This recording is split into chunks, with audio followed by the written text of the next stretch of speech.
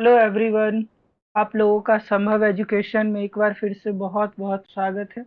आज मैं आप लोगों के पास फिर अपने सीरीज को कंटिन्यू करता हूं और आज मैं आप लोगों के साथ संपूर्ण उत्तर वैदिक काल के बारे में जानेंगे। पिछले वीडियो में हम लोग ऋग वैदिक काल के बारे में जान चुके हैं और लेटर वैदिक पीरियड का इंट्रोडक्शन भी समझ चुके हैं, जिससे आपका बेस बहुत मजबूत हो चुका होगा। अब मैं इस बेस पे कुछ भी बताऊं तो आपको बहुत आसानी से समझ में आ जाएगी।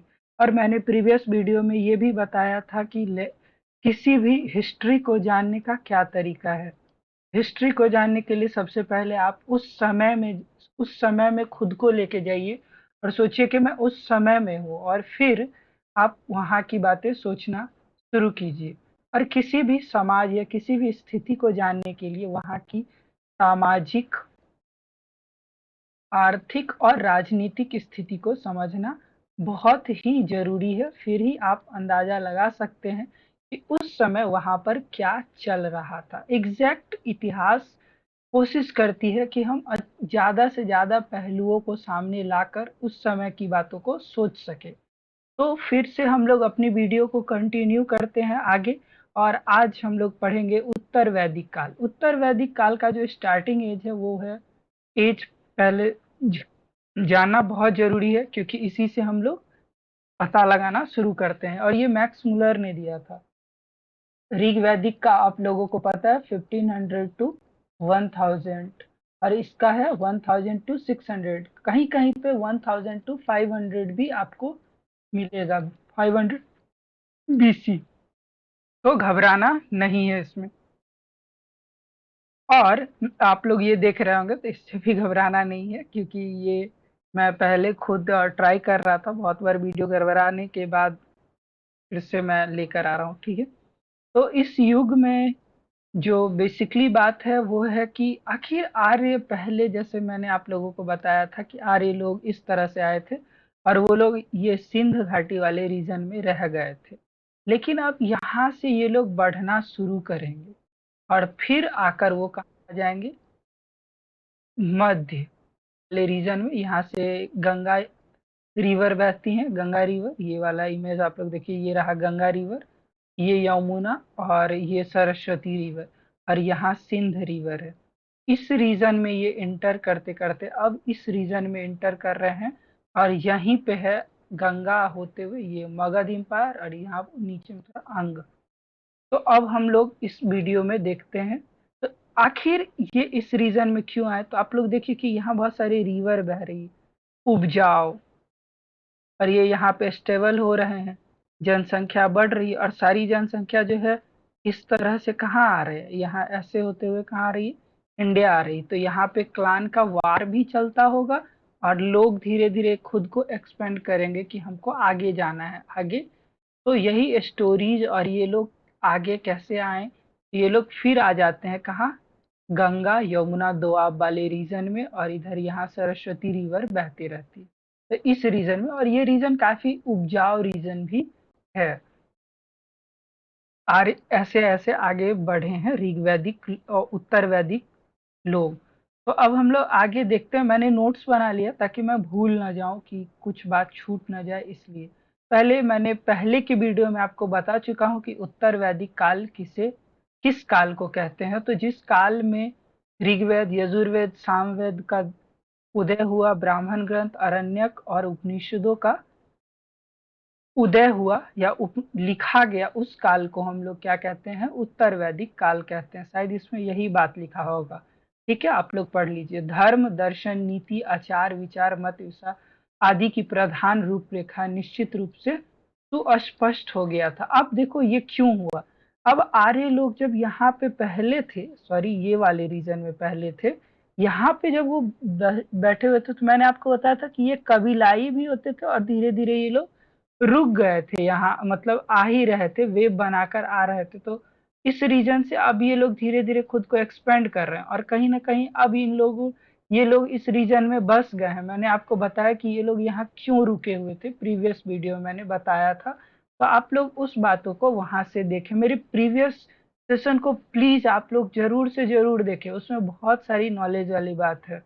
और मैं इसमें यही बताऊंगा, अभी की बातें बताऊंगा, ये नहीं कि मैं पीछे वाला बताने लगता हूँ, बताने लगूंगा तो फिर वीडियो बहुत लंबा हो जाएगा मेरा। ठीक है, प्रधान रूपरेखा निश्चित की। अब देखो सामान्यतः लौह, मैंने बताया था ऋग वैदिक काल में लौह, लौह मतलब आयरन, आयरन का खोज उस समय नहीं हुआ था, और इस समय हम लोग को आयरन मिल जाता है, इसको इसीलिए इसको आयरन प्रौद्योगिकी युग की शुरुआत भी कहा जाता है। ठीक है, इसके पर्याप्त साक्ष्य उपलब्ध हैं। हाँ ऐसा है, क्योंकि अतरंजी खेरा से लौह युग के बहुत सारे सामान भी मिले हुए हैं इसलिए।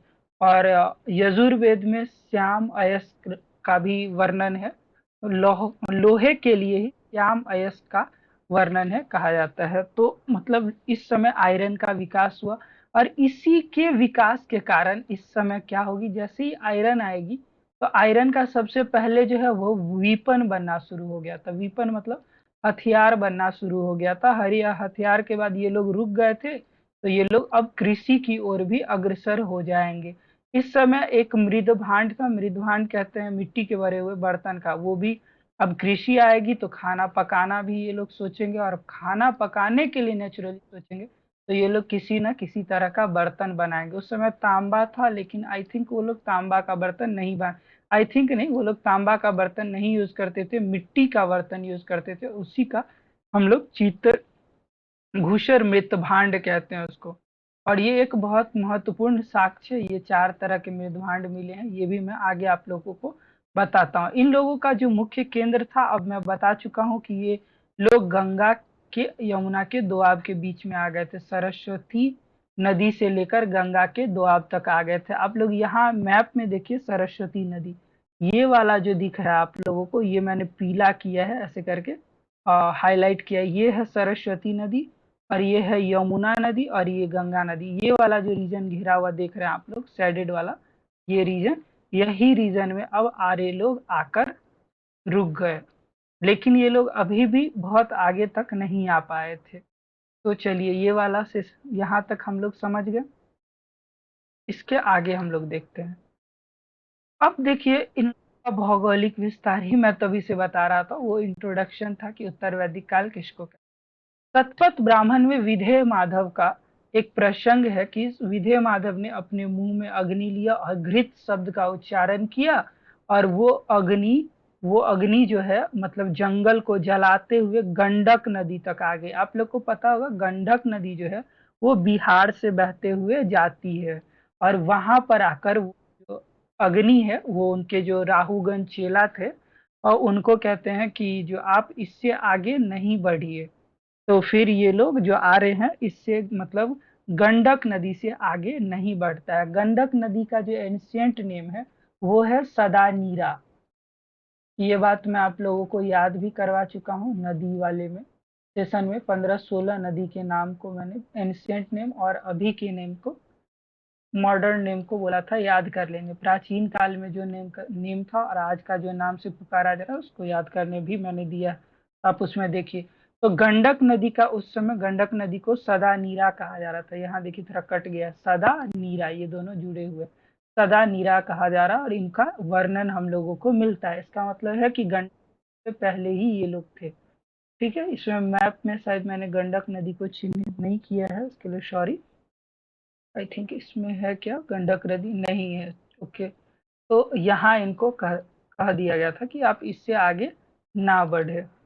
भौगोलिक विस्तार, इस काल की सभ्यता केंद्र कहाँ होगी, सिंधु से ये लोग टप गए थे, तो पंजाब दिल्ली बोल ही दिए थे कि गंगा यमुना वाला दोआब वाला रेंज, मैंने 2-3 बार इसको दिखा ही दिया है। तो आप लोग इस वीडियो वही बात इसमें लिखिए। आर्य लोग कौशल विधि एवं अंग राज्य से अब लोग परिचित हो गए थे, क्योंकि ये लोग कहाँ गंडक तक आ गए थे, बिहार तक आ गए थे, और बिहार में मगध, और मगध के बगल में ही था अंग। तो इससे अब ये लोग धीरे धीरे अब यहाँ रुकेंगे तो ये लोग इस राज्य से परिचित हो जाएंगे, और यही बात हुआ था कि ये लोग अब परिचित हो गए थे। तो अगर आप लोगों को बोला जाए कि किस काल में अंग और मगध से आर्य लोग परिचित नहीं थे, तो वो ऋग वैदिक काल था, और उत्तर वैदिक काल में ये लोग परिचित हो चुके थे। अब देखिए, जैसे मैंने यहाँ सदा नीरा कहा, तो अब वही बात है कि सदा नीरा और रेवा, रेवा नदी का उल्लेख मिलता है, नदियों का उल्लेख मिलता है, ये बात तो यहाँ है। तो आपको जैसे ही याद किया, तो ये क्वेश्चन के व्यू से, मैंने बहुत सारा क्वेश्चन पढ़ा, तो डायरेक्ट इस तरह का क्वेश्चन आ जाता है, तो इसलिए क्वेश्चन को भी मैंने उठा के ऐसे ही डाल दी। तो आप लोग इसको याद कर लीजिए, शतपथ ब्राह्मण में उत्तर वैदिक कालीन रेवा, नर्मदा और सदानीरा नदियों का उल्लेख मिलता है। ये बात मैंने आपको यहाँ पढ़ाया, लेकिन आप इसे देख नहीं पाई, इसलिए आप इसको याद कर लीजिएगा। उत्तर वैदिक साहित्य में त्रिकद, कौंच, मैनाक आदि पर्वतों का, ये देखो, त्रिकद, पौंच, मयनाक आदि पर्वतों का उल्लेख है, जो कि पूर्वी हिमालय में पड़ते हैं। अब ये बहुत डीप नॉलेज हो गया, ये जो यूजीसी नेट के लिए मेरा वीडियो देख रहे हैं उनके लिए है। त्रिकुद, कौंच, मैनाक आदि पर्वतों का उल्लेख मिलता है। अब यहाँ की सामाजिक स्थिति देखते हैं, भौगोलिक विस्तार देख लिया। अब ये लोग सामाजिक, अब ये लोग वहां आ चुके हैं बीच वाले रेंज में, तो अब ये लोग अपनी समाज का निर्माण करेंगे। जैसे मैंने ऋग्वैदिक काल से ही ये लोग समाज का निर्माण कर रहे हैं, लेकिन इसमें थोड़ा चेंज आ गया, अब ये लोग ग्रामीण होते जा रहे हैं। अब ये लोग घुमक्कड़ से खुद को बसा रहे हैं, मतलब बैठ रहे हैं, कहीं भी बस जा रहे हैं, बसने के साथ ही ये लोग अब क्या कर रहे हैं, कृषि पे आधारित होते जा रहे हैं। तो चलिए, अब हम लोग इनकी सामाजिक स्थिति देखते हैं। अब ये भी बात है कि अब इनकी जो जो युद्ध है वो धीरे धीरे थोड़ा कम होने लगा है, और लोहा आ चुका है, तो अब कृषि में उन्नति होगी, तो सामाजिक स्थिति में जो ताकतवर है उसका बात चलेगा, जो ताकत में है उसी की बात चलेगी। और उस समय जो ताकत में थे वो पितृ, मतलब कि बेसिकली पुरुष लोग थे, तो अब पुरुष प्रधानता की बात ही चलेगी। ठीक है। अब सामाजिक स्थिति में जैसे युद्ध लड़ने के लिए राजा पुरुष की, और मैंने बताया था कि पुत्र की अभिलाषा करते थे, तो मतलब बेसिकली पुरुष, उनके लिए अब ये समाज उनका हो गया है, अब वो समाज पे राज करेंगे, इस तरह से सोचिए। तो अब जो समाज एक दूसरे के कॉपरेशन से चल रहा था कि भैया आप जो है घर में आप लकड़ी का काम कर रहे हैं, तो आप लकड़ी का काम बहुत अच्छा कर रहे हैं, तो आप ये काम कीजिए। अब कोई पूजा अच्छा करा रहा है, तो वो पूजा करवाते रह गया। मैंने बताया था कि एक ही घर में एक, ऋग्वेद में एक जगह वर्णन है कि एक ही घर में एक ऋषि वर्णन करते हैं कि एक ही घर में मैं पूजा कराता हूँ, मेरी माँ आटा पीसती है, मेरे पिताजी कुछ ऐसे ही था, कुछ काम करते हैं, इस तरह से था वर्णन। तो मतलब एक ही घर में ये चारों लोग हैं, लेकिन अब क्या है, जैसे जैसे ये लोग ठहरे तो इनके बच्चे हुए, और धीरे धीरे अब ये लोग अपने काम के आधार पे धीरे धीरे बंटना शुरू कर देंगे कि आप जो है अब जो काम कर रहे हैं वो आप शिल्पकार हैं, आप पूजा करा रहे हैं तो पुरोहित हैं, आप कृषि का कार्य कर रहे हैं तो आप कृषि के लिए जो किसान हैं, इस तरह से अभी लोग बंटना शुरू कर देंगे। और यहीं से धीरे धीरे सामाजिक जो जातिवाद है उत्पन्न होना शुरू हो जाए। चलिए, तो हम लोग ऋग्वेद काल में भी देखे थे, वर्णाश्रम व्यवस्था थी। मैंने बताया था ऋग्वेद के 10वें मंडल में पुरुष सूक्त में बताया गया कि परम पुरुष के मुख से 4 वर्णों का उत्पन्न हुआ था। अब उसी वर्ण में अब देखिए धीरे धीरे क्या हो रहा है, कठोरता आने लगेगी। वर्णाश्रम व्यवस्था में अब क्या हो रहा है, कठोरता आने लगी थी। देखो क्या हुआ, वर्णाश्रम में वर्णों के आधार पर कम पर आधारित ना होकर जाति के आधार पर होने लगा था। मैंने बोला ना, यही बात मैंने आप लोगों को समझा दिया, जाति के आधार पर होने लगा था। समाज में अनेक धार्मिक श्रेणियों का उदय हुआ, जो कठोर होकर विभिन्न जातियों में बदलने लगे। इस काल में व्यवसाय जो था वो अनुवांशिक होने लगा। मैंने बोला एक ही घर में 4 लोग रह रहे हैं, 4 भाई, और 4 भाई अपने अपने काम में निपुण है, एक पूजा अच्छा करवा ले रहे हैं, एक कृषि का कार्य कर ले रहे हैं, जैसे एक कृषि का कार्य अच्छा कर ले रहे हैं 4 भाई, तो अब वो चारों अलग हैं। जो कृषि कर रहे हैं वो थोड़ा सा कमजोर है, एक सैनिक की तरह है, तो वो सैनिक, तो इस तरह से जो पूजा करा रहे हैं वो खुद को श्रेष्ठ मान रहे हैं। तो इस तरह से समाज में अब क्या आ रही है, जातिवाद आ रही है। अब इनका पुत्र होगा तो कहेगा अब हम भी पूजा ही करवाएंगे, अब इनके 5 पुत्र, ये पुजारी हो गए, 5 पुत्र इनके, और इनके 5 पुत्र तो ये भी पुजारी हो गए, ये कृषि किसान हो गए। तो इस तरह से समाज में अब जातिवाद धीरे धीरे जन्म लेने लगी। ठीक है। और ये बात अनुवांशिक हो गया, मेरे पिताजी पुजारी थे तो हम भी पुजारी होंगे। ठीक है। इस समय समाज में चार वर्ण थे जो ऋग्वैदिक काल से ही चलता आ रहा था, ब्राह्मण, क्षत्रिय, वैश्य और शूद्र। ब्राह्मण के लिए जो वर्णन है इसमें बता ही, मतलब आइए, क्षत्रियो के लिए है अगाही आओ, वैश्य के लिए है आद्रव, आद्रव, आद्रव मतलब जल्दी आओ, तथा शूद्र के लिए जो है आधाव मतलब दौड़ कर आओ। ब्राह्मण, क्षत्रिय तथा वैश्य ये जनेऊ संस्कार करवा सकते थे। जनेऊ मतलब उपनयन, ये उपनयन सबसे जनेऊ होता है जिसमें जो ब्राह्मण के पुत्र होते हैं, मतलब ये तीन वर्णों में, जो कि क्षत्रिय हो, वैश्य हो और ब्राह्मण हो, तो ये तीनों जनेऊ धारण करते हैं। ठीक है। ये है, आज भी जनेऊ उपनयन संस्कार होता है बहुत सारे परिवार में, क्षत्रियों में और ब्राह्मणों में, वैश्य में भी होता है। तो ये जनेऊ संस्कार, उपनयन हम लोग जनेऊ के नाम से जानते हैं। ठीक है। तो ये तीनों वर्णों में चल रहा था। अब शूद्र में कोई कोई पूछ रहा है, सर शूद्र में क्यों नहीं चल रहा था? अब बेसिकली है कि शूद्र इकोनॉमिकली कमजोर है, वो जनेऊ संस्कार नहीं कर पाएंगे वो। और ये लोग जो हैं जनेऊ में बहुत सारे कर्म कांड की प्रवृत्ति ले आए, ये चढ़ाइए वो, तो ये नहीं कर पाएंगे, ये एक तरह से सेवक वर्ग है और इसलिए ये लोग जनेऊ संस्कार नहीं कर रहे थे। वैश्य जो है वो व्यापारी है, व्यापारी के पास धन है और इसी के धन से ये क्षत्रिय और राजा दोनों ही खा रहे हैं, इन्हीं से जा रहे हैं, टैक्स वसूल कर ला रहे हैं और यही से ये लोग खा रहे हैं। तो आगे चलिए हम लोग आगे देखते हैं वीडियो में। भौगोलिक विस्तार हो चुका है, भौगोलिक विस्तार के बाद बस।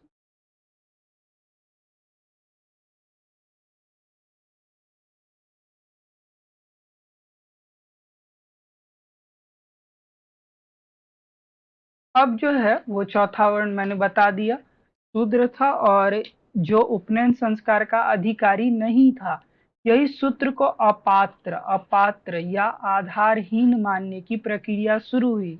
अब ये इसीलिए मैंने इकोनॉमिकली चर्चा कर दिया कि ये इकोनॉमिक के कारण हो रहा था।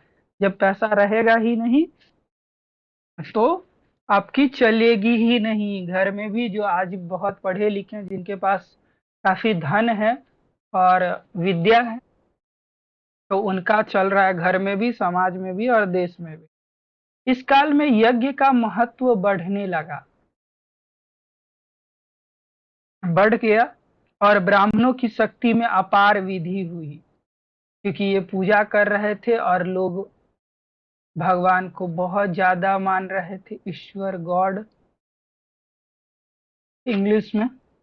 तो बहुत ज्यादा मान रहे थे कि जो भी हैं भगवान हैं, अगर ये पुजारी कहेंगे तो भगवान हमको अपार संपत्ति पुत्र देंगे, तो इसलिए इनकी जो महत्वता है वो धीरे धीरे धीरे नहीं, बहुत ज्यादा वृद्धि हुई। ऐत्रेय ब्राह्मण में चरणों के कर्तव्यों का वर्णन है, चारणों, चारणों के कर्तव्यों का। इस काल में केवल वैश्य ही कर चुकाते थे।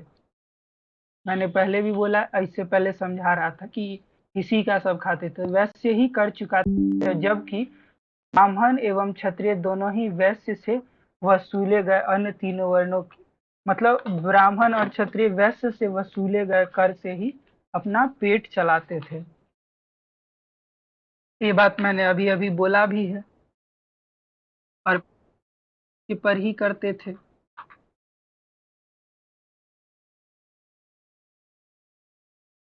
कर चुकाते थे। एक मिनट। जबकि ब्राह्मण, हाँ, कर्म से सबसे निचला वर्ण जो था वो शूद्र था, जिसका कार्य क्या था, अन्य तीनों वर्णों की सेवा करना था। मैं पढ़ भी दे रहा हूँ और मैंने पहले बता भी दिया है। इस काल में स्त्रियों की स्थिति मैंने अब जैसे कि बताया कि पुत्र की कृप की जा रही थी ऋग्वेद में, अभिलाषा पुत्र हो, पुत्र क्यों, पुत्र शक्ति के लिए। सर क्या बोले, मैन पावर और मनी पावर, इसी पे दुनिया चलता है। अगर 10 भाई हैं तो एक भाई वाला नहीं लड़ेगा, और मनी पावर है तो आपके लिए 10 भाई लड़ने के लिए आ जाएंगे। तो अब मैन पावर में ये लोग पुत्र को देख रहे थे।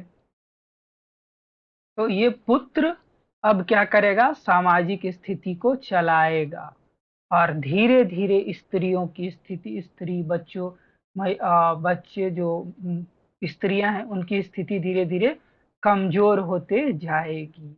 और यही इस काल में हुआ था। स्त्रियों का अब धीरे धीरे इनसे अधिकार, उपनयन संस्कार पर प्रतिबंध हो गया। ऐत्रेय ब्राह्मण में पुत्री को कृपण कहा गया है। ये चीज आप लोग नोट कर लीजिए, ऐत्रेय ब्राह्मण में पुत्री को कृपण कहा गया है। आगे चलते हैं, अब 16 संस्कार की बात करते हैं। जैसे उपनयन एक संस्कार है, वैसे एक 16 संस्कार भी है, उसके बारे में देखते हैं।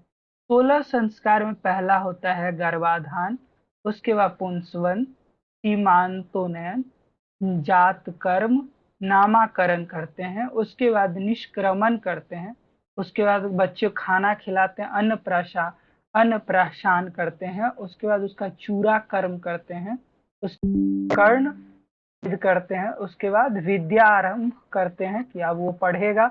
विद्या आरंभ के बाद जब वो बड़ा हो जाता है तो उसका उपनयन संस्कार करते हैं। यही जनेऊ संस्कार मैंने अभी आप लोगों को बताया। 16 संस्कार में ये भी एक संस्कार आता है।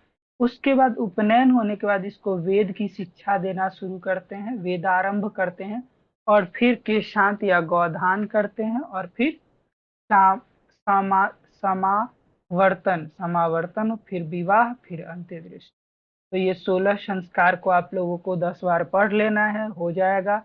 गर्भाधान, पुंसवन, सीमांतोन्नयन, जात कर्म, नामाकरण, निष्क्रमण, चूराकर्म, कर्णबोध, विद्यारंभ, उपनयन, वेदारंभ, केशांत या गोदान, समावर्तन, विवाह और अंत्येष्टि। इसके आगे चलते हैं हम लोग। प्रशास सॉरी, इस समय जो आप यहाँ पे पढ़े हैं केशांत या गोदान, यहाँ विद्यारंभ और विवाह जो 8वां संस्कार है, ये भी कितने प्रकार के थे ये देखते हैं, क्योंकि यहाँ से क्वेश्चन आता है। इसमें एक है प्रशंसनीय विवाह और एक निंदनीय विवाह। तो हम लोग पहले देखते हैं प्रशंसनीय विवाह। प्रशंसनीय विवाह क्या होता है, ब्रह्म कन्या में वयस्क होने पर, मतलब जो एज में हो जाते हैं, तो उसके माता पिता क्या करते हैं, उसके लिए एक वर ढूंढ कर और उसका विवाह कर देते हैं। और अपनी, ठीक है, ये कहते हैं ब्रह्म विवाह। देव विवाह में जो यज्ञ कराता है पुरोहित, उससे अपनी कन्या का विवाह कर देते हैं, तो वो उनको देव विवाह कहते हैं। ये दोनों ही विवाह बहुत ही अच्छा है। आज हमारे अथी में जो है ये ब्रह्म विवाह चल रहा है, और देव विवाह तो बहुत कम अब तो देखने को ही नहीं मिलता है, लेकिन ब्रह्म विवाह बहुत ही देखने को मिलता है। माता पिता अपनी कन्या के लिए योग्य वर ढूंढते हैं और फिर उन कन्या का विवाह उससे करवा देते हैं। अब है आर्ष्य।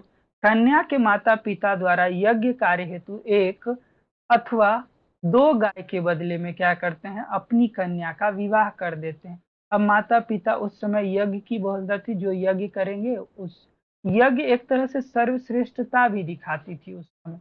जो हम यज्ञ कर रहे हैं, अब दिखाएंगे कि राजा राजसी यज्ञ कर रहे थे, और आज भी देखते हैं समाज में उनके यहाँ यज्ञ हो रहा है, तो ये एक श्रेष्ठता दिख। तो ये क्या था, उस समय जो धन थी वो हम लोग मान रहे थे कि धन के रूप में सिक्का आ चुका था, लेकिन फिर भी गाय एक बहुत बहुमूल्य धन। तो गाय के बदले में, अब मान लो यज्ञ करेंगे उसमें गौदान होगा, तो गाय के बदले में अपनी पुत्री का विवाह कर देना उनसे, तो अर्श विवाह कहते हैं। प्रजापत्य, इसमें क्या होता है, वर स्वयं कन्या के पिता से, प्रजापत्य में कि वर स्वयं कन्या के पिता से जो है मतलब लड़की का हाथ मांगकर और विवाह करते हैं, उसको प्रजापत्य विवाह कहते हैं। ये चारों विवाह जो है ये प्रशंसनीय विवाह है। इस तरह का विवाह हो सकता है। आज एक ये विवाह देखने को मिलता है, प्रजापत्य विवाह और ब्रह्म विवाह। आज भी हमारे समाज में, हिंदू धर्म में, सनातन धर्म में ये विवाह देखने को मिलता है। प्रजापत्य विवाह सभी धर्मों में दिखने को मिलता है। ये दोनों ही सभी जगह हमारे समाज में देखने को मिलता है।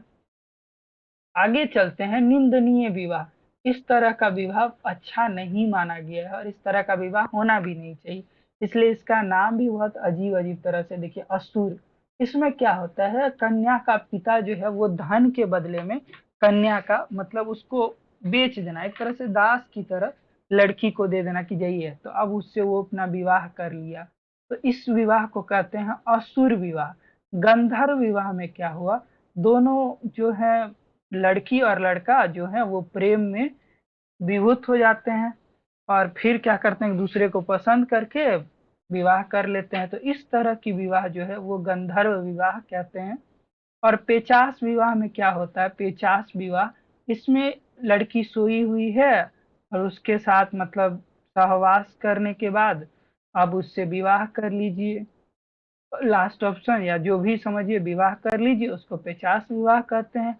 और राक्षस विवाह जो होता है बलपूर्वक कन्या को हनन करके मतलब किडनैप करके उस लड़की से विवाह कर लीजिए, उसको कहते हैं राक्षस विवाह। ठीक है, 16 संस्कार आप लोग समझ गए। 16 संस्कार में विवाह मैंने बता दिया, उपनयन कर्म बता दिया, इसके बारे में याद रखिएगा। अब राजनीतिक स्थिति क्या है इस समाज की, राजनीतिक स्थिति ही तो बताती है कि उस समाज में क्या असलियत में चल रहा है। इस काल में सबसे बड़ी बात है, ब्राह्मण तक तो मैंने बहुत अच्छे से बताया, लेकिन इस बार क्षत्रिय राज्यों का भी उदय हुआ, क्योंकि आयरन आ चुका है, लोहा आ चुका है। और लोहा क्या करेगा, लोहा का सबसे पहला काम जो किया गया वो किया गया विपन, हथियार बनाने में इन लोगों ने काम किया। और विपन ये लोग बनाएंगे तो क्यों, हथियार क्यों, युद्ध लड़ेंगे। और युद्ध लड़ेंगे तो ये लोग युद्ध लड़ेंगे तो युद्ध लड़ेंगे तो क्षेत्र हड़पेंगे। और दूसरी बात है कि ये युद्ध लड़ने वाला जो क्लान है, जो हम लोगों का यहाँ का टॉपिक है, वो क्लान है क्षत्रिय। क्षेत्रीय, यहाँ क्षेत्रीय लिखा गया है, बस क्षत्रिय होता है, क्षत्रिय ये युद्ध लड़ेंगे। तो इनका कहीं ना कहीं आयरन आ चुका है, क्षेत्र हड़प रहे हैं, युद्ध पे युद्ध, तो इनका उदय होना ही है। ये इस काल में अपनी वर्चस्व को बनाएंगे ही। ठीक है, अब जब ये लोग एक जगह से दूसरे जगह हड़प रहे हैं, यहाँ पे अपने राज्य को स्थापित कर रहे हैं, तो अब क्या होगा, कबीला प्रशासन करने वाला राजा अब उस प्रदेश प्रशासन करने लगेगा। और ये लोग प्रदेश वहां बनाएंगे जहां लोहा ज्यादा मिलेगा, क्योंकि यहाँ से ये लोग अपना हथियार बना पाएंगे। और दूसरा, कृषि के लिए बड़े बड़े औजार बना पाएंगे, जिससे इनका कृषि विकसित हो सके। अब जो ये लोग हैं, ये लोग पशुपालन से कृषि की ओर अग्रसर होने लगेंगे। ठीक है, शासन करने लगा। राष्ट्र शब्द जो प्रदेश का सूचक था, पहली बार इस काल में प्रकट होता है। ये देखो अंडरलाइन की, इसको मैंने हाईलाइट ब्लैक से है, लेकिन मैं इसे हाईलाइट कर देता तो ज्यादा अच्छा था। सूचक है, पहली बार इस काल में प्रकट हुआ क्या, राष्ट्र शब्द जो प्रदेश का सूचक है, पहली बार इस काल में प्रकट हुआ। ये बात को नोट करके रखना है। और ये जो मैंने इसको हाईलाइट किया है ब्लैक पेन से, ये मोटा करके मैंने लिखा है, ये बात डायरेक्ट एग्जाम में आ जाता है, इसीलिए आप लोगों को इस पर ध्यान देना है। ओके, राजा की दैवीय उत्पत्ति का, अब राजा ताकतवर हैं, युद्ध जीत रहे हैं, तो अब वो धीरे धीरे कहानी तो बनाएंगे ही। तो दैवीय उत्पत्ति का सिद्धांत सर्वप्रथम ऐतरेय ब्राह्मण में मिलता है और ये राजा के लिए लिखा गया। अब ये पहली बात है कि जैसे राजा युद्ध जीता तो वो अपनी प्रकाष्ठा के बारे में बोलेगा ही, अब भैया इससे इससे मारे थे, उड़ गया राज। दूसरे वाले को अब तो देख ही रहे हो, बिहार यूपी में भैया एक थप्पड़ मारे सीधे उलटते पलटते चला गया। तो इस तरह की बातें, राजा जो है उसको तो भगवान ही लाए हैं इस धरती पे, अब इसी से तो समाज चलेगी। तो ये बात इस समय आ चुका था और इस बात का सर्वप्रथम उल्लेख कहाँ मिल रहा है, ऐतरेय ब्राह्मण में मिल रहा है। और मैंने इससे इंट्रोडक्शन क्लास में पढ़ा है कि ऐतरेय ब्राह्मण ब्राह्मण ग्रंथ है, तो आप लोग उसको जरूर देखिए। उत्तर वैदिक काल में राजतंत्रात्मक शासन व्यवस्था का सशक्त हुई, क्यों नहीं होगी भैया। इस इस काल में राजा का पद वंशागुनत हो गया। ये सिर्फ राजा का ही नहीं हुआ, सबका हो गया। अब जो पुरोहित हैं उनके पुत्र ही पुरोहित हो रहे हैं, जो वैश्य का काम, कृषि का काम कर रहे हैं, किसान है, उसके पुत्र किसान होते हैं। तो ये सिर्फ वंशागुणत वाली बात सिर्फ राजा के लिए नहीं, सब के लिए मान के चलो। बस क्वेश्चन में आ गया है तो इसको डायरेक्ट नोट कर लो यार। इस काल में राज्य का आकार बढ़ने से राजा का महत्व बढ़ा और उसकी अधिकारों का विस्तार हुआ। भैया ये बात मैंने आपको बता चुका, बस पढ़ दे रहा हूँ। अब राजा को सम्राट, ये याद रखो, राजा को सम्राट, एकराट, अधिराज आदि नामों से पुकारा जाने लगा। अब इस काल में, जो पहले ऋग वैदिक काल में जो सभा समिति और विद्वत था, विद्वत उससे पहले ही था, का प्रभाव छिन्न हो जाएगा क्योंकि राजा ताकतवर हो चुका है। सभा समिति के लोग ज्यादा बोलेंगे तो राजा उस पर कार्रवाई करेगा। उसकी अब अपनी सेना हो चुकी है तो इसका प्रभाव छिन्न हो गया और विद्वत का तो नामो निशान नहीं रहा। इस पे मेरा प्रीवियस वीडियो है, देखो, सभा समिति विद्वत। और जबकि अपनी जगह बनी रही, सभा समिति अपनी जगह बनी नहीं रही। इनका अच्छा ठीक है, बनी रही, बात मैंने लिखा है, इसका स्वरूप बदल गया और समाज के प्रभावशाली वर्ग का वर्चस्व हो गया। सभा नामक संस्था स्त्रियों की प्रवेश को वर्जित हो गया। स्त्री का जब ताकत ही कम हो गया, उनकी उपलब्धियों को ही ना, तो अब वो कहाँ जाएंगी सभा समिति में। यहाँ जीना मुश्किल है अब सभा समिति। आगे चलते हैं हम लोग। आरंभ में देखो, अब इसी में एक स्टोरी आ गया कि कबीला जो था उसमें पंचाल जो है, पांचाल नाम का एक कबीला था, जो बाद में क्या होता है, कबीला से अब मतलब जिस राज्य पर वो जाके बस जाते हैं तो वो प्रदेश बन जाता है। पंचाल कबीला जहाँ रह गया, उस प्रदेश, जिस प्रदेश में बस गया उसका नाम पंचाल हो गया। और ये सबसे विकसित राज था क्योंकि यहाँ आयरन बहुत ज्यादा था, लोहा का बहुत ज्यादा ही अति था। राजा का राज्याभिषेक राजसु यज्ञ के द्वारा किया। मैंने बोला ना कि यज्ञ जो है एक तरह से प्रतिष्ठा की बात हो चुकी थी उस समय में, और राजा जो अपना राज्य अभिषेक के लिए यज्ञ करवाता था उस यज्ञ को राजसु यज्ञ कहते थे, ये भी याद रखना है। इसका जो सबसे ज्यादा वर्णन है, विस्तृत वर्णन है, वो शतपथ ब्राह्मण में मिलता है। यजुर्वेद में राज्य के उच्च पदाधिकारी को रत्नी कहा जाता था। ये मैंने एक अच्छे से लिख लिया है एक जगह ताकि याद करने में आसानी हो किस अधिकारी को क्या कहते हैं। तो जो यजुर्वेद, अब देखो मैंने बताया उत्तर वैदिक काल, और यजुर्वेद वहीं का है, यजुर्वेद, सामवेद, अथर्ववेद, उसमें बताया गया कि उच्च अधिकारी को रत्नी कहा जाता है।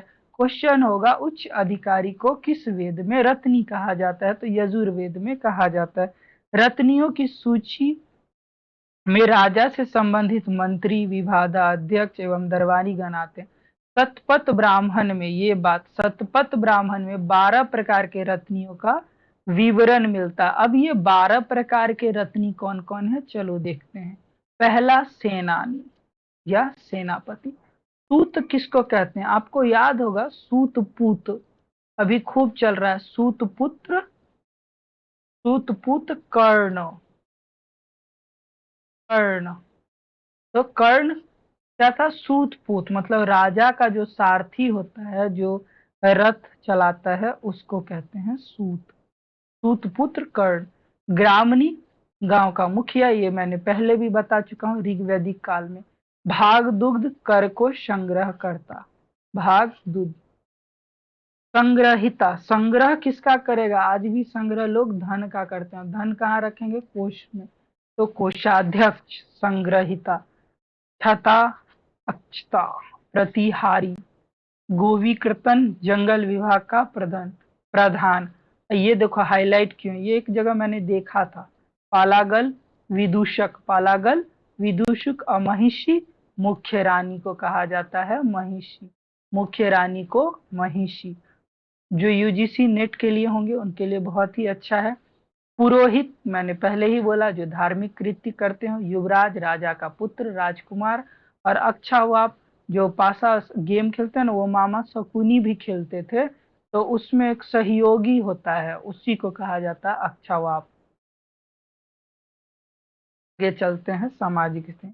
अब देखो, राजा जैसे ही ताकतवर होता था, चंद्रगुप्त मौर्य में भी राजा सर्वोच्च दंडनायक होता था, वही मृत्युदंड और सर्वोच्च अधिकारी माना जाता था। इस तरह से बना होता था मैप, जिसमें किंग सबसे ऊपर होता था, इसमें किंग होता था और बाकी यहाँ पे आमजन, इसमें रत्नी। इस तरह से सामाजिक स्थिति बनी हुई थी। अब देखो, अधिकारी होता था ब्राह्मण को, ये बात याद रखना, ब्राह्मण को मृत्युदंड नहीं दिया जाता था, ब्राह्मण को मृत्युदंड नहीं दिया जाता था, क्योंकि इनका देवता से डायरेक्ट कांटेक्ट था। अगर मृत्युदंड देंगे, दंड देंगे तो राजा भगवान को बोलेंगे और राजा को सीधे उठवा लेंगे, इसीलिए इनको मृत्युदंड नहीं दिया जाता था। ऋग्वैदिक काल में राजा को दिया जाने वाला स्वेच्छाकारी कर जो था, वो उत्तर वैदिक काल आते आते तक नियमित कर हो जाता था, और इस कर को बलि कहते थे। इसको पहले बलि कहता था, बलि नामक कर था जो स्वेच्छता से राजा को लोग देते थे, मैंने ऋग्वैदिक काल में बताया है। अब उत्तर वैदिक काल में ये आते आते एक नियमित कर बन जाता है। ऐत्रेय ब्राह्मण में वर्णित शासन व्यवस्था, चलो, शासन व्यवस्था के बारे में था ऐत्रेय ब्राह्मण में। आर्थिक स्थिति के बारे में जानते हैं। इस काल में जो है आर्थिक स्थिति मैंने पहले बताया। अब ये लोग पशुपालन से कृषि प्रधान पेशा बन, मतलब कृषि प्रधान की ओर अग्रसर हो गए। तत्परत ब्राह्मण में कृषि से संबंधित चारों क्रियाओं का उल्लेख है। चारों क्रियाएं क्या होगा, सबसे पहले खेत जोतो, फिर उसमें बीज डालो, बुआई करो, बीज फल जाएगा तो उसको काटो और फिर उसको मड़ाई करो, उल्लेख किया गया है। इस ग्रंथ में विधेय माधव की कथा, वही वाला घृत वाला कथा, जिससे मिलता है कि संपूर्ण गंगा घाटी में कृषि करने लगे थे। कृषि करने, वही घृत नामक कथा जो गौतम राहुगण उनके पीछे पीछे जाते हैं, वही वाला कथा। इस काल में लोहे से बने उपकरण के प्रयोग से कृषि क्षेत्र में क्रांति आई। मैंने बोला था कि लोहा के कारण कृषि में बहुत ज्यादा उन्नति आई। यजुर्वेद में मैंने ये भी बोला कि श्यामय शब्द का प्रयोग हुआ है। कृषि विस्तार के साथ साथ फसलों की जनसंख्या, ये तो होना ही है। अतरंजी, हाँ ये देखो यहाँ नोट करो, अतरंजी खेरा में पहली बार कृषि से संबंधित लौह उपकरण प्राप्त हुए। कहाँ से? अतरंजी खेरा से सबसे पहले बार कृषि से संबंधित उपकरण प्राप्त हुए। ये क्वेश्चन बहुत बार आ चुका है, तो इस पे ध्यान दीजिए। ओके, नेक्स्ट चलते हैं हम लोग। आर्थिक स्थिति हो गया। अब जैसे ही कृषि होगी, लोग बसेंगे, अनाज मिलेंगे, तो जनसंख्या में वृद्धि होगी, और ऐसा उस समय भी हुआ था। अब इस समय जब कृषि होगी तो आप उसको खाना को बनाइएगा भी, तो खाना को बनाने के लिए आपको चाहिए बर्तन, तो उसके लिए मृद भांड डेवलप हुआ। और ये बर्तन किस रंग, अब मान लो आपके पास काला रंग है और लाल रंग है, सॉरी लाल रंग है, तो आप इससे कितने तरह के मृद भांड बना सकते हैं? 4 तरह के। एगो में है काला और लाल रंग, दोनों मिला दो, काले रंग की मृद भांड, खाली काला रंग का बना लो। उसके बाद चित्रित घूसर, दोनों को मिला जुला के बनाओ, और लाल, एगो खाली लाल मृद भांड बना लो।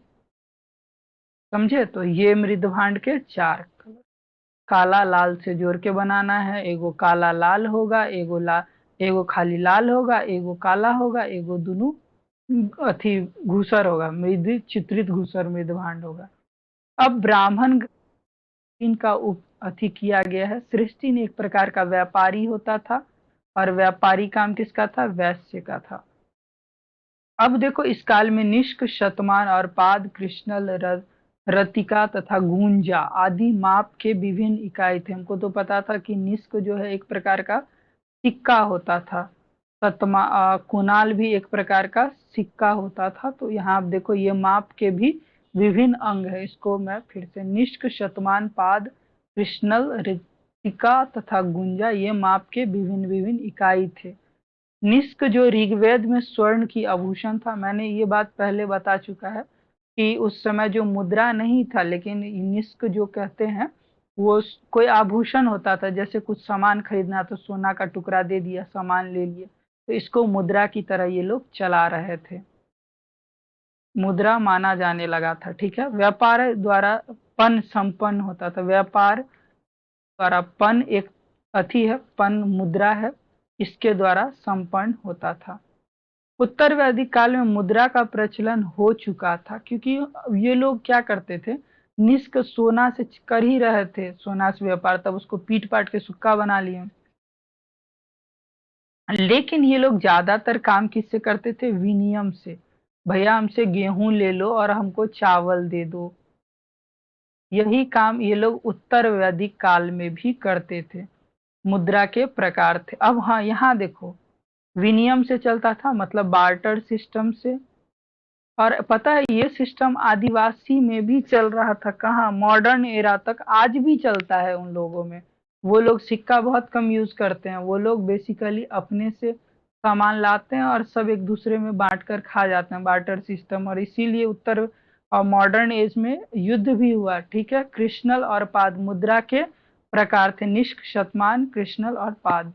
कृष्णल और पाद मुद्रा के प्रकार थे। उधर उत्तर वैदिक काल में आर्य समुद्र का ज्ञान हो गया था, आर्यों को उत्तर वैदिक काल में समुद्र का ज्ञान हो गया था। इस काल में साहित्य में पश्चिमी और पूर्वी दोनों प्रकार के समुद्रों का वर्णन है, और समुद्र यात्रा का भी चर्चा है, जिसे वाणिज्य एवं व्यापार के संकेत मिलते हैं, जिससे वाणिज्य, सॉरी वाणी यहाँ रह गया, और जो वाणिज्य एवं व्यापार का संकेत मिलता है। वर्णों में लोहे के अतिरिक्त इस युग में टिन, तांबा, चांदी और सीसा का भी प्रयोग किया जाता था। प्रयोग, तांबा आयरन से बहुत पहले आया, टिन भी, चांदी भी, सीसा भी, आई थिंक, क्योंकि उत्तर ऋग सॉरी इंडस वैली सिविलाइजेशन में हम लोगों को सीसा देखने को मिलता है।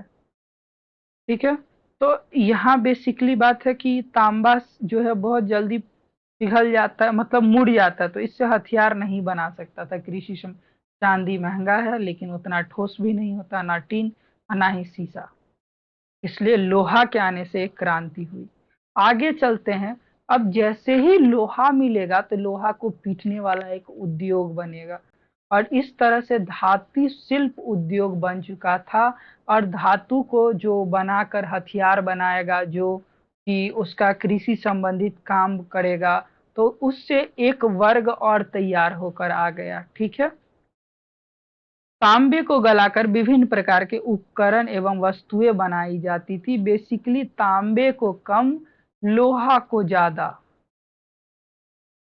उत्तर वैदिक काल में वस्त्र निर्माण उद्योग का प्रमुख उद्योग था। ठीक है, हो जाता है। कपास का उल्लेख नहीं मिलता। अब देखो, वस्त्र उद्योग है लेकिन कपास का उल्लेख ही नहीं मिलता। उसमें क्या है, ऊन मिलेगा, ये तो मैंने ऋग्वैदिक काल में बताया था, आर्य ठंडे प्रदेश से आए, ऊन का कपड़ा वो पहनेंगे ही। सज, सन, सन वो लकड़ी से निकलता है जिसका रस्सी भी बनता है, का उल्लेख इस काल में मिलता है। सिक्कों का अभी नियमित प्रचलन आरंभ नहीं होगा ही नहीं, क्योंकि ये लोग बार्टर सिस्टम पे निर्मित हैं। ये लोग खुद से अनाज को देकर, बांटकर, गेहूं चावल करके खुद में ही खा जा रहे हैं। हाँ, अब मान लो किसी के पास कुछ है नहीं, तो वो अब उनके पास से आए गोल्ड है तो गोल्ड दे दिया, ये लो गोल्ड, हमको चावल दे दो। तो एक तरह से सिक्का है भी और नहीं भी है। अब जैसे अभी तुम किसी को सोना दे दो और कुछ भी ले लो, चलिए ठीक है हमको आईफोन 14X दे दीजिए, तो दे देगा, लेगा हाँ गोल्ड इतना है, आधा केजी सोना दे गया है तो भैया देना ही होगा। अब जैसे तुम पैसा आरंभ करोगे तो ऋण टाइप का काम शुरू हो जाएगा, कि हमको चावल दे दीजिए, हम आपको कल दे देंगे। अब इस तरह की बात तो थी, इससे भी वो लोग ऊपर, मतलब उस समय के लोग मन की ओर ज्यादा थे, मतलब आत्मा, वो भगवान को ढूंढने में लगे हुए थे। तो वो लोग एक तरह का ऋण बना लिए थे। और ये ऋण बहुत इंपॉर्टेंट थी समाज में, एक सामाजिकता और नैतिकता को बनाए रखने के लिए। उन लोगों ने, मतलब उस समय के लोगों ने कितना अच्छा और कितना बढ़िया दिमाग लगाया है, जो आज आते आते खत्म हो चुका है। पितृ ऋण, ऋषि ऋण और देव ऋण। और देखो, ये तीनों ऋण को चुकाने के लिए कितनी अच्छी अच्छी बात है। और आज हमारे समाज में इसी की कमी के कारण आज समाज अस्त व्यस्त है। पिता और माता एक जगह हैं, लेकिन उसके पुत्र जो है कहीं बाहर वर्क कर रहा अपनी वाइफ और बच्चों के साथ, और यहाँ पिता और माता अकेले रह रही हैं, बीमार पड़ रहे हैं, गिर रहे हैं। तो ये सारी चीज देखो कितनी अच्छी उन लोगों ने सोचा था, और आज भी हमारे समाज में ऐसा होना चाहिए। लेकिन अब कोई ऋण नहीं होता। पितृ ऋण क्या होता है? पितृ ऋण को चुकाने के लिए मतलब आप भी अपने पुत्र को जन्म दीजिए, तब आप इस ऋण से, पुत्र या पुत्रियां जो भी हैं, आप बच्चे को जन्म दीजिए, अब तब आप पितृ ऋण से मुक्त होंगे। ठीक है। ऋषि ऋण क्या होता है?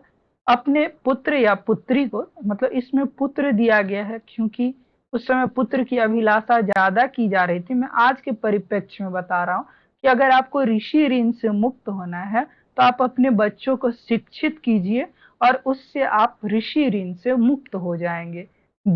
अब है देव ऋण। देव ऋण से आपको मुक्त होने के लिए धार्मिक अनुष्ठान एवं यज्ञ आदि कीजिए, और इससे आप मुक्त हो जाइएगा। ठीक है। उस समय इसको तीनों, मतलब ऐसा माना गया था कि अगर आप इससे नहीं मुक्त होते हैं तो आपको स्वर्ग नहीं मिलेगा, अब भगवान आपको एक्सेप्ट नहीं करेंगे। और इसको पाने के लिए लोग धरती पे ही भगवान को ले आते थे।